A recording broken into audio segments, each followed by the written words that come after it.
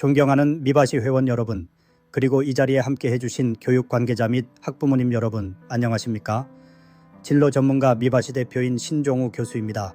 오늘 강연의 제목은 숨겨진 가능성을 열어라, 다양한 진로 탐색 방법 총정리입니다. 우리는 지금 급변하는 시대를 살아가고 있습니다. 과거에는 한 가지 직업을 평생 유지하며 살아가는 것이 일반적이었지만 이제는 한 사람의 인생에서 여러 번의 직업 변화가 자연스러운 일이 되었습니다. 이러한 변화 속에서 청소년과 성인 모두 자신의 적성과 흥미를 이해하고 미래를 설계할 수 있는 효과적인 진로 탐색 방법을 찾는 것이 그 어느 때보다 중요해졌습니다. 오늘 강연에서는 심리 테스트, 직업 정보 탐색, 경험 기반 학습 등 다양한 진로 탐색 방법을 소개하고 이를 통해 개인이 자신의 숨겨진 가능성을 발견하고 미래를 준비할 수 있는 구체적이고 실용적인 방안을 논의하고자 합니다. 특히 각 방법의 장단점과 활용법을 자세히 살펴보고 어떻게 하면 이를 효과적으로 조합하여 자신의 진로를 설계할 수 있을지 함께 고민해 보겠습니다. 첫째, 진로 탐색의 필요성, 왜 중요한가?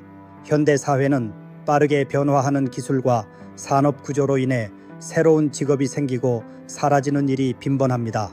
과거에는 직업 선택이 비교적 단순했지만 이제는 개인의 적성과 흥미뿐만 아니라 시장의 요구와 미래의 트렌드까지 종합적으로 고려해야 합니다.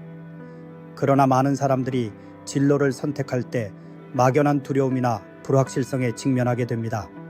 특히 청소년들은 자신의 가능성과 잠재력을 충분히 이해하지 못한 상태에서 부모나 사회의 기대에 맞춰 진로를 결정하곤 합니다. 이러한 상황에서 체계적인 진로 탐색은 매우 중요합니다. 자신의 강점과 약점을 파악하고 관심 분야를 구체화하며 다양한 직업 세계를 탐구하는 과정은 미래를 설계하는 데 필수적입니다.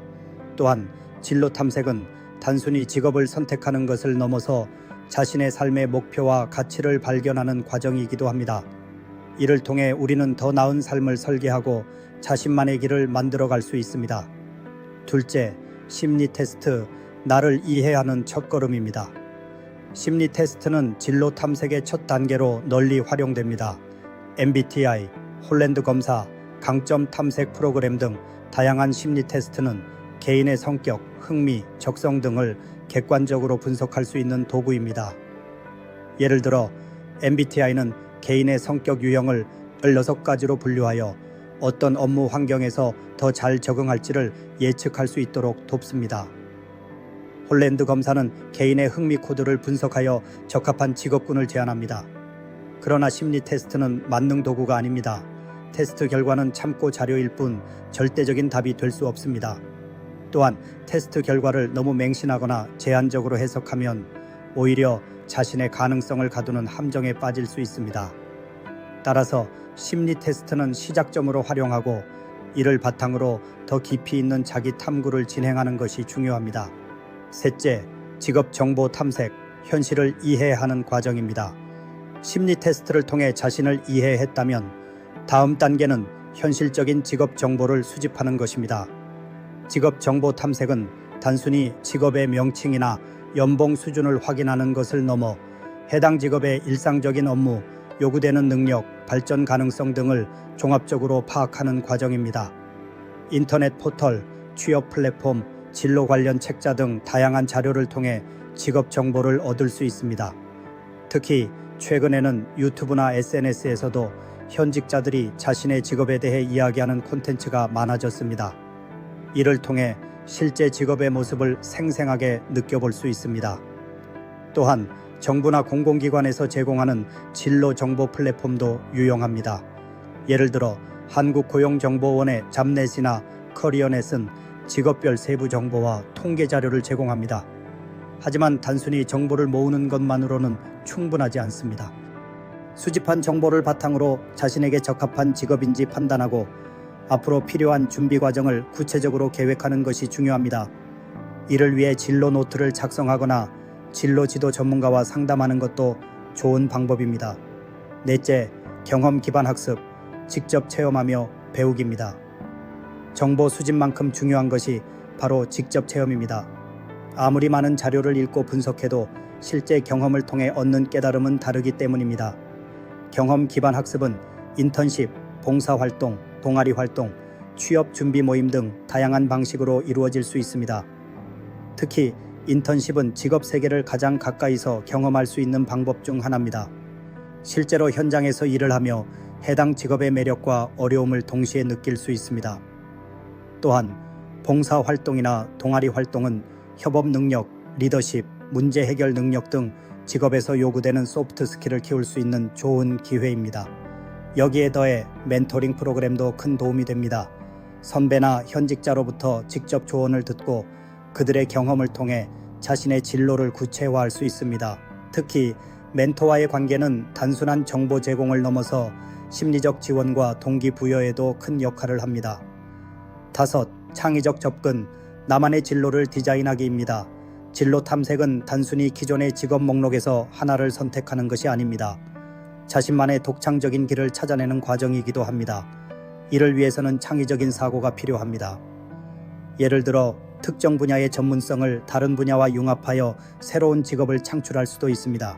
IT 기술과 예술을 결합한 디지털 아티스트, 데이터 분석과 마케팅을 접목한 데이터 마케터 등이 그 예입니다. 또한 자신의 흥미와 열정을 바탕으로 새로운 프로젝트를 시작하거나 작은 규모의 창업을 시도해보는 것도 좋은 방법입니다. 초기에는 실패할 수도 있지만 이러한 시도는 자신을 더 깊이 이해하고 진정으로 원하는 것을 발견하는 데 큰 도움이 됩니다. 6. 진로 탐색의 지속성, 변화하는 시대에 대비하기입니다. 진로 탐색은 한 번으로 끝나는 것이 아니라 평생 지속되어야 합니다. 과거에는 직업 선택이 일생에 한두 번 이루어지는 것이 일반적이었지만 이제는 평생 여러 번의 직업 변화가 자연스럽습니다. 따라서 진로 탐색도 계속해서 업데이트해야 합니다.